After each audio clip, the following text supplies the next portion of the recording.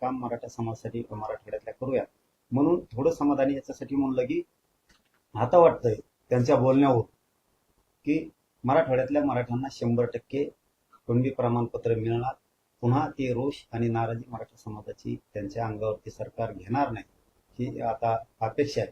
दगाफटका धोका झालाच तर पुढं लढायला मी पुन्हा सरकारच्या समोर उभा आहे हे त्यांनी लक्षात ठेवावं.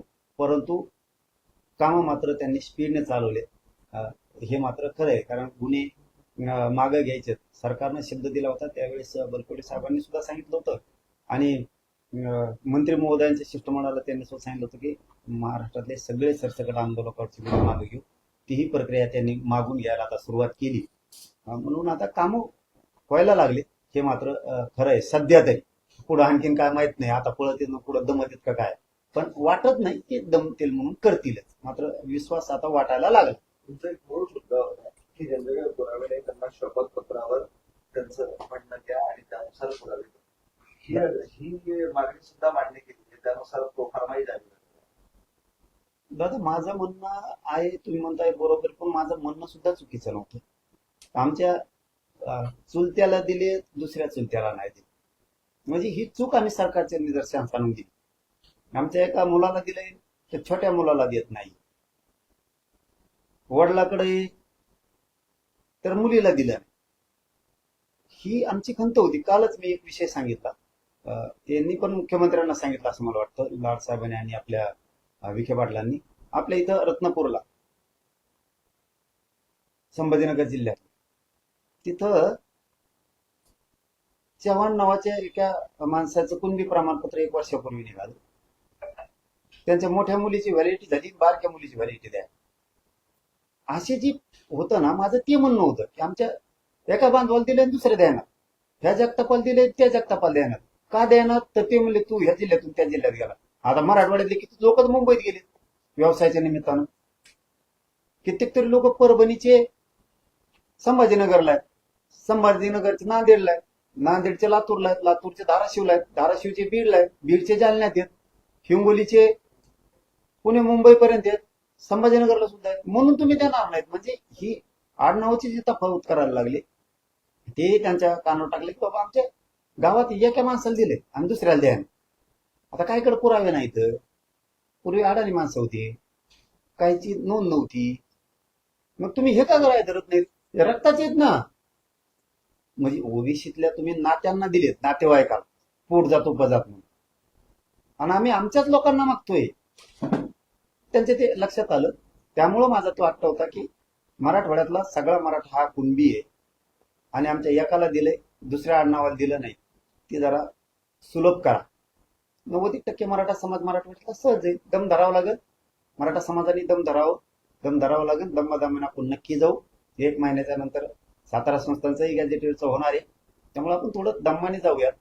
ज्या ज्या अडचणी येतात मराठा समाजाला त्यांनी मात्र त्या सांगत चालावं. ज्याचे कुणबी प्रमाणपत्र निघाले त्यांनी सांगा व्हॅलिडिटी दिली नाही, हे मात्र मी या पत्रकार परिषदेच्या माध्यमातून माझ्या महाराष्ट्रातल्या सगळ्या मराठा समाजाला सांगतो. ज्यांचे कुणबी प्रमाणपत्र निघाले त्यांच्या व्हॅलिडिटी देणार नसते ते एकमेकाला सांगत चला, अधिकाऱ्यांना भेटत चला, कलेक्टर साहेबांना भेटत चला. आपले काम करणारे जिल्ह्यात तालुक्यात कोण आहेत त्यांना सांगत चला की आमचं कुणबी प्रमाणपत्र निघालं, व्हॅलिडिटी निघत नाही किंवा नोंद निघाली पण कुणबी प्रमाणपत्र देत नाहीत, हे एकमेकाला सांगत चला. शांत बसू नका. लेकरा बाळांचं भविष्याचं शिक्षणाचं नोकऱ्याचं वाटलं होईल, सावध व्हा. जे कक्ष स्थापन होणार आहे तसं मराठा समाज बांधवांना काही आव्हान असेल किंवा लोकप्रक्रियेला काही आव्हान असेल? कक्ष स्थापन होऊन कोणते कक्ष? हे कुणबीचे, कारण कक्ष 2 झाले का. एक म्हणजे मराठा मंत्रालय स्थापन होणार आहे आणि हे कक्ष म्हणजे आता ते कलेक्टर साहेबांना निर्देश त्यांनी दिले, कक्ष स्थापन केलेत, आणखी केले नाहीत, करणार आहे. विखे पाटील साहेबांनी आणि लाड साहेबांनी त्याच्यावर लक्ष ठेवावं. प्रत्येक तालुक्याच्या ठिकाणी आणि जिल्ह्याच्या ठिकाणी कक्ष स्थापन झालेत का? झालेत तर स्थानिक जे जे आमदार आहेत त्यांना सक्त सूचना दिल्या पाहिजेत की त्या कक्षाकडून गाव लेवलवर तुमच्या मतदारसंघात कुणबी प्रमाणपत्र वाटपाचं काम होतंय का. आणि मराठा समाजाला सुद्धा याचबरोबर माझं आव्हान आहे की आता आपण आपल्या आमदारांना सुद्धा बोला, माझ्या आमदाराला पण बोला की मराठा समाजाचे जर आता एसओपी निघाली, हैदराबाद GR निघाला, तर आमचे कुणबी प्रमाणपत्र का मिळत नाहीयेत ते मिळून देण्यासाठी तुम्ही सुद्धा पुढं व्हा. हे आमदारांना सुद्धा ताकीद देणं मराठा समाज सुद्धा तेवढंच गरजेचं आहे. जसं आपण हक्कानं त्यांना मतदान करतो तसं हक्कानं त्यांना बांधून सांगा की आमच्या कुणबी प्रमाणपत्रासाठी तुम्ही सुद्धा पुढे व्हा, तुमच्या कामात तुम्ही बिझी राहा हमेशा आणि आमच्या लेकरांचं वाटोळं करा. हे आमदारांना सगळ्या प्रतिनिधींना बोलणं गरजेचं आहे.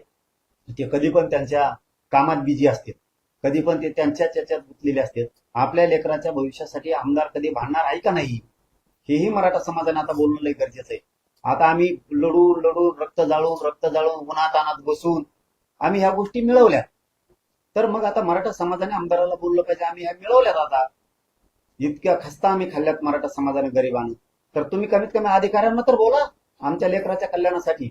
हे मात्र टाईट करणं आमदार, खासदार आणि मंत्री यांना सगळ्यांना, माझ्या आमदाराला सुद्धा, ते सुद्धा मतदान घेतो आपलं, यांना सगळ्यांना टाईट केलं पाहिजे आपल्या लेकरासाठी. इथून पुढच्या काळात मराठा समाजाने एक गोष्ट लक्षात ठेवा, पुन्हा सांगतो की आमदार, खासदार, मंत्री यांना सांगत चला की आमच्या प्रमाणपत्राच्या अडचणी आहेत.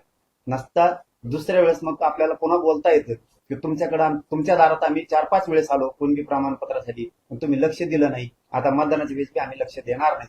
म्हणून ह्या भूमिकेत सुद्धा मराठा समाजाला जावं लागणार आहे. सरकारलाही सांगणे की तालुक्या स्तरापासून ते जिल्हा स्तरापर्यंत कक्ष स्थापन करा, म्हणजे त्या कक्षापर्यंत अर्ज घेऊन लोकांना जाता येतील.